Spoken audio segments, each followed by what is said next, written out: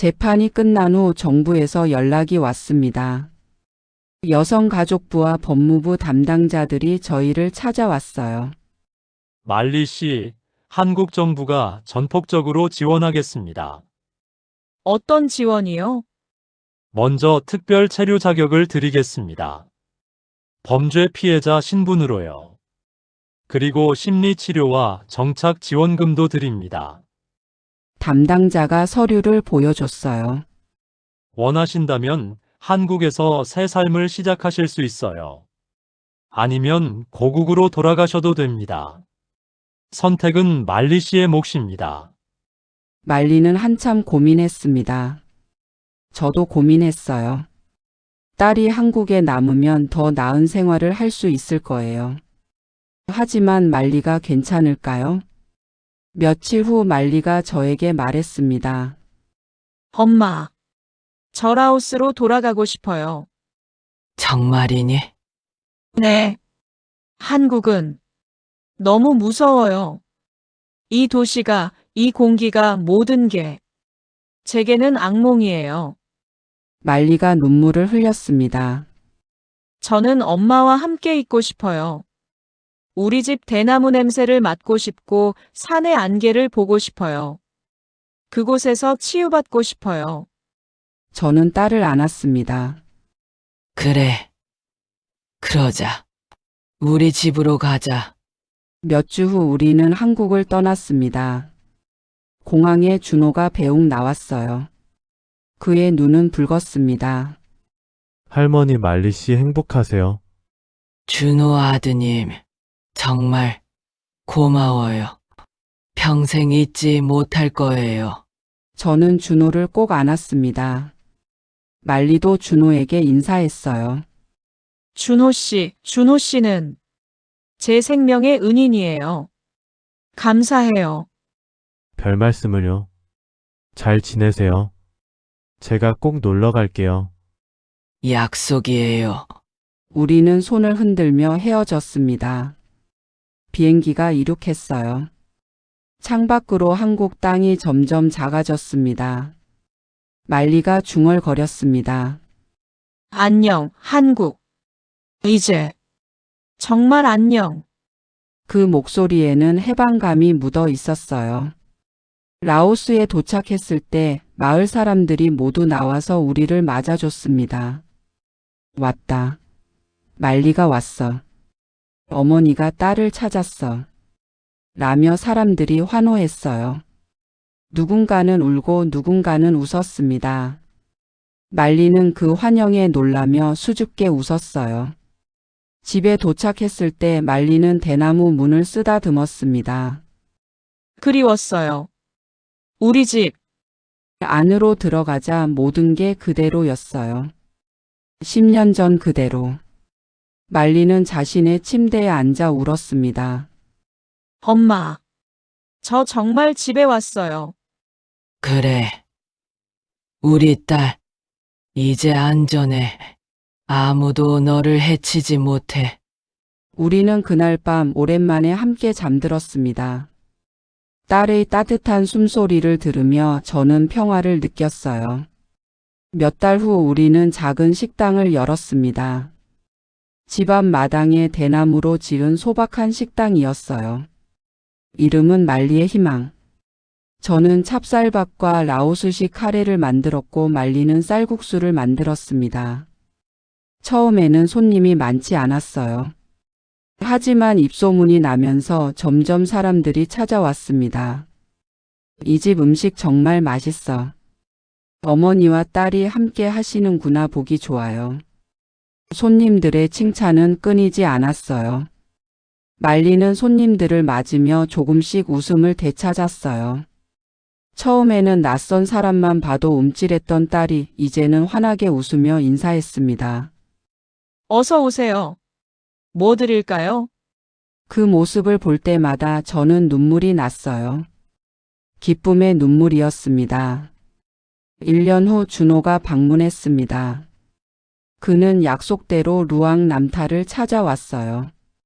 할머니, 말리 씨, 준호가 환하게 웃으며 달려왔습니다. 우리는 그를 꼭 안았어요. 오셨어요, 아드님.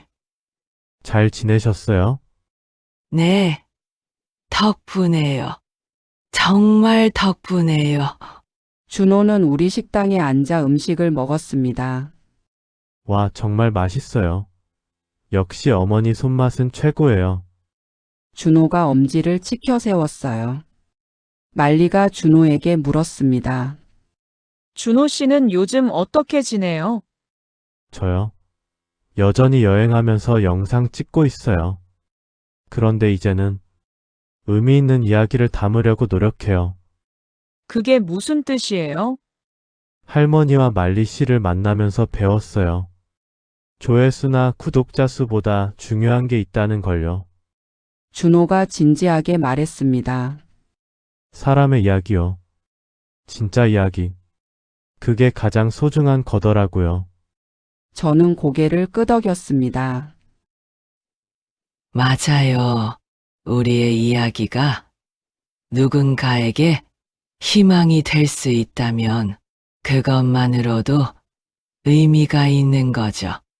말리의 치유는 천천히 하지만 확실하게 진행됐습니다. 처음 몇 달은 악몽에 시달렸어요. 밤마다 비명을 지르며 깨어났습니다. 엄마, 엄마, 저는 달려가서 딸을 안았습니다. 괜찮아. 말리야. 꿈이야. 엄마, 여기 있어. 무서워요, 엄마. 괜찮아. 이제 아무도 너를 해치지 못해. 엄마가 지켜줄게. 시간이 지나면서 악몽은 줄어들었어요. 말리는 조금씩 웃음을 되찾았고 마을 사람들과 어울렸습니다. 어느 날 말리가 저에게 말했습니다. 엄마, 저 다른 사람들을 돕고 싶어요. 어떻게? 저 같은 사람들요. 외국으로 시집가서 고생하는 여자들. 그들에게 제 경험을 나눠주고 싶어요. 저는 딸을 자랑스럽게 바라봤습니다. 좋은 생각이야. 말리야. 말리는 마을 회관에서 작은 모임을 시작했어요. 외국으로 시집 가려는 여자들 혹은 이미 가서 돌아온 여자들이 모였습니다. 말리는 자신의 경험을 솔직하게 나눴어요. 저는 지옥을 경험했어요. 하지만 살아남았습니다. 여러분도 할 수 있어요. 그 말에 사람들이 용기를 얻었습니다.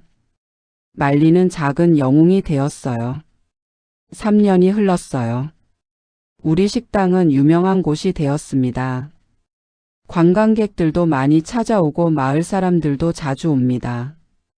말리는 이제 완전히 달라졌어요. 환하게 웃고 자신감 있게 말하고 꿈을 이야기합니다. 엄마, 저 식당을 더 크게 만들고 싶어요. 그래서 더 많은 사람들에게 일자리를 주고 싶어요. 시간이 흘러 한국 정부도 변했어요. 결혼 이주 여성에 대한 보호가 강화됐어요. 더 엄격한 심사, 더 많은 지원, 더 빠른 대응. 가정폭력 신고 시스템도 개선됐고 외국인을 위한 쉼터도 늘어났습니다. 세월이 흐르면서 작은 기적들이 계속 일어났습니다. 우리 식당에서 일하던 한 여성이 있었어요. 그녀도 한국에서 고생하고 돌아온 사람이었죠. 말리가 그녀를 위로하고 일자리를 주고 새 삶을 시작하게 도왔습니다. 그 여성은 이제 자신의 작은 가게를 열었어요. 말리 언니 덕분이에요. 그녀가 감사하며 말했습니다. 또 다른 여성은 말리의 이야기를 듣고 경찰에 신고할 용기를 얻었습니다. 그녀는 학대하는 남편에게서 벗어나 안전한 곳으로 피신했어요. 말리 씨가 할 수 있었다면 나도 할 수 있어요. 이런 작은 기적들이 모여 큰 변화가 되었습니다. 어느 날 저는 준호에게 편지를 썼습니다. 아니, 정확히는 마을 청년에게 대신 써달라고 부탁했죠. 사랑하는 준호 아드님께 저는 그를 모르는 무식한 노인입니다. 하지만 이 마음만은 전하고 싶었습니다. 아드님이 없었다면 저는 평생 딸을 그리워하며 살았을 거예요. 아드님이 없었다면 말리는 아직도 어둠 속에 갇혀 있었을 겁니다. 아드님은 저희 모녀의 생명의 은인입니다. 아니, 은인이라는 말로는 부족합니다. 아드님은 저희의 천사입니다. 제가 살아있는 동안 매일 아드님을 위해 기도할 거예요. 아드님이 하는 모든 일이 잘 되기를, 아드님이 항상 건강하고 행복하기를, 아드님의 가족들이 복을 받기를, 이 늙은이의 기도가 하늘에 닿기를 바랍니다. 사랑과 감사를 담아 말리의 엄마 드림. 준호는 그 편지를 받고 울었다고 합니다. 그리고 답장을 보냈어요. 사랑하는 할머니께, 저야말로 할머니께 감사드립니다.